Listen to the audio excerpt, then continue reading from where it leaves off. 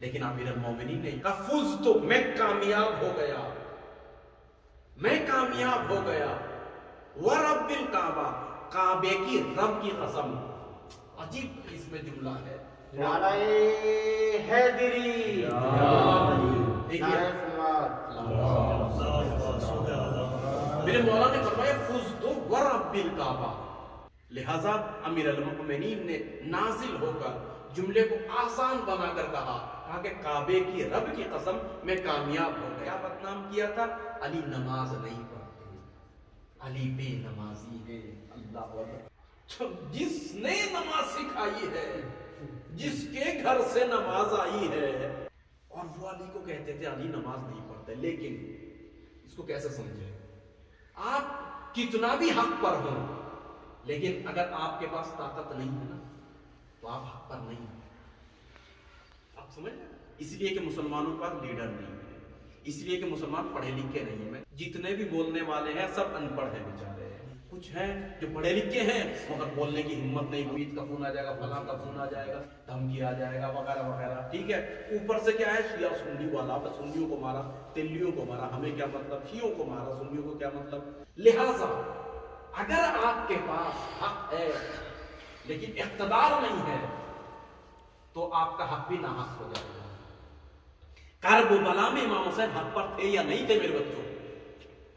لیکن 80,000 کے لوگ کہہ رہے تھے حسین حق پر نہیں ہو، ناحق پر ہو۔ آج نہیں 1400 سال کے بعد اللہ نے ہمیں خلق کیا ہے، خدا کا شکر منائیے، روزہ بھی رکھ رہے ہیں، حسین حسین بھی کر رہے ہیں۔ کیوں؟ پروپیگنڈا ایک ایسی چیز ہے، گول مول کر کے اس زمانے کا میڈیا بھی ہے، تصور مت کیجئے آج جو یہ گودی میڈیا ہے وہ نہیں تھا، وہاں بھی تھا، وہاں بھی ڈھول پیٹ پیٹ کر گودی میڈیا جو ہے وہ کہتے تھے علی بے نمازی ہے۔ ایون گھوڑے کے پھوڑ کے نیچے علی کا نام لکھتے تھے تاکہ علی کا نام کچلا جائے۔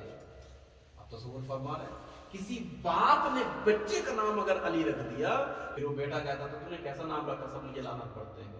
تو پروپیگنڈا، ٹھیک ہے، منی بہت بڑی چیز ہے، ٹھیک ہے۔ اوپر سے علم بھی نہ ہو تو علی علیہ السلام کو کیا کہا تھا؟ بے نمازی ہے، یعنی زندگی بھر، یعنی میں اپنے جملوں کے آج میں کہوں اس زمانے کے دیوار پہ، اس زمانے کے پوسٹر پہ، اس زمانے کے بینر پہ، اس زمانے کے گواہیوں پہ، اس زمانے کے ہر انسان ہر جگہ، میں ایک مثال دینا چاہ رہا ہوں، یعنی ہر میڈیا چلا رہی علی بے نماز، علی بے نماز، اور جیسے علی شہید ہوئے نماز کی حالت میں تو لوگوں کو سوال اور چکرا کے رہ گئے کہ علی مسجد میں جاتے تھے؟ تو میرے مولا نے کہا کہ دیکھو تمام پروپیگنڈا ایک ضربت میں ختم ہو گیا، فزتو ورب الکعبہ۔ تم اتنا دینارو درہمو دے کر لوگوں کو سمجھا رہے تھے کہ علی بے نمازی ہے، اور علی نے ایک ضربت کو گلے سے لگایا، تمہارا تمام بیکار ہو گیا۔ نماز کی حالت میں اگر کوئی ضربت لگاتا ہے یقین مانیے جو انصاف پسند ہے، چاہے وہ ہندو ہو، کرسچن ہو، بدھسٹ ہو، ان کے دوسرے فرقے ہیں، برداشت نہیں کرتے۔ جو شہید ہو رہا ہے اس کو سیکھنا چاہیے، فزت ورب الکعبہ، تیرا بیٹا کامیاب ہو گیا۔ اب یہ تیرا بیٹا شک تھا کہ علی والا ہو سکتا ہے یا نہیں، لیکن اب کوئی شک نہیں ہے، اب یہ علی کی طرح شہید ہوا ہے، علی سے جا ملے گا۔ پہلا شہادت ہماری میراث ہے، علی میسج دینا چاہ رہے ہیں میرے ماننے والوں، نماز کامیابی کی نشانی ہے، محراب کامیابی کی علامت ہے، مصلی پر شہید ہونا یہ کامیابی کی معراج ہے۔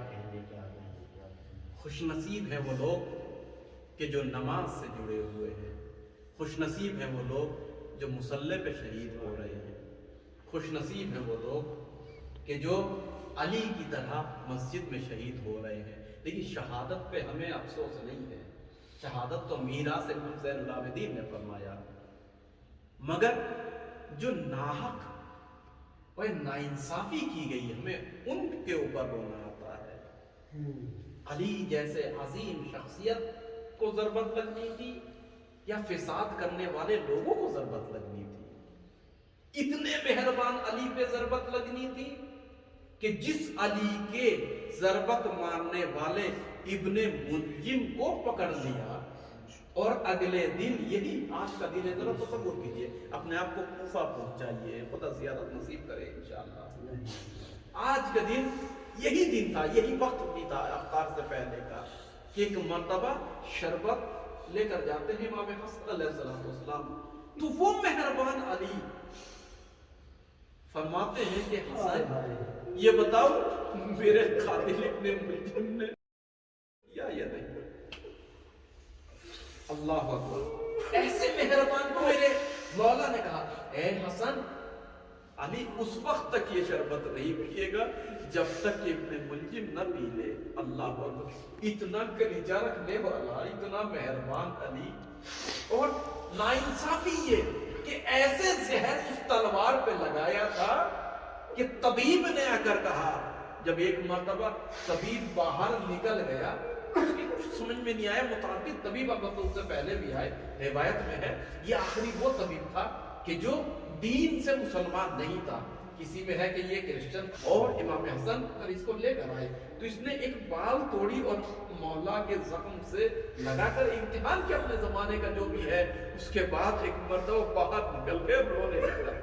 تو میں امام حسن نے کہا کہ طبیب کیا بات ہے، تم باہر کیوں اس طریقے سے سراسیمگی میں نکل آئے؟